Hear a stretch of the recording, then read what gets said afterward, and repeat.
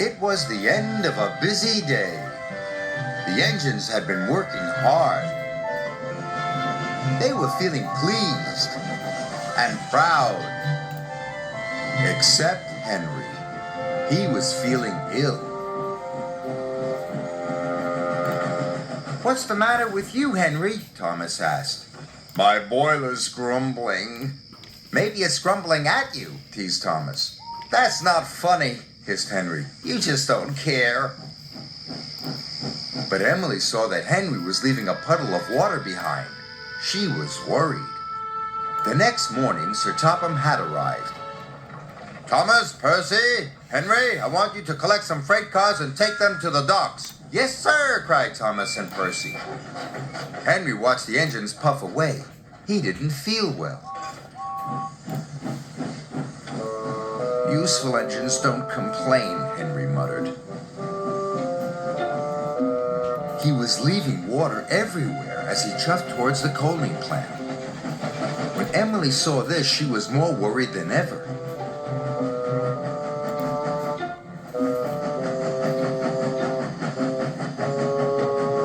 Then Thomas and Percy overtook Henry. "Hurry up, Henry!" Percy tooted. "I can't go any faster," Henry chuffed miserably. "You're just being lazy," teased Thomas. By the time Thomas and Percy reached the coaling plant, they had a naughty plan. "Please, sir," said Thomas, "Henry wants to take more freight cars." "He is bigger," added Percy. The yard manager agreed. Meanwhile, Emily was talking to Sir Topham Hatt. "I'm worried about Henry." Perhaps his tubes are leaking," replied Sir Topham Hatt. "You'd better check."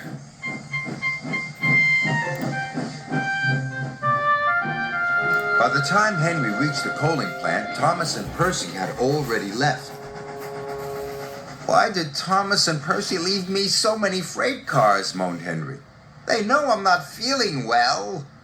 "We'll still have to take them," said his driver.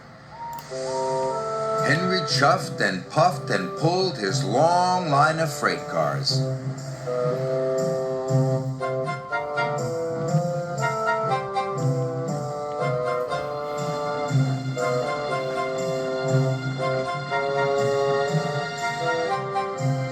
"You can do it, Henry," encouraged his driver. But it was no use. Henry ground to a halt. Just then Emily arrived. "Are you all right, Henry?" "No," moaned Henry. "I'm stuck." Henry's firemen uncoupled the heavy freight cars. Emily changed tracks and then hooked up to Henry. "Oh, thank you, Emily," wheezed Henry.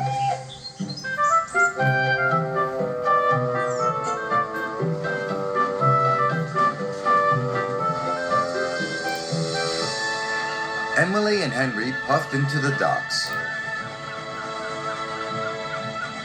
"Well done, Emily," said Sir Topham Hatt. "Thank you, sir." Then he spoke to Henry. "You were brave, Henry. You weren't well, but you still tried to pull the heavy freight cars." Thomas and Percy felt ashamed.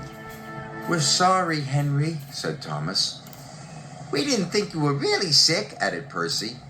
"Go back and collect Henry's freight cars," said Sir Topham Hatt sternly. "Yes, sir," whispered Thomas.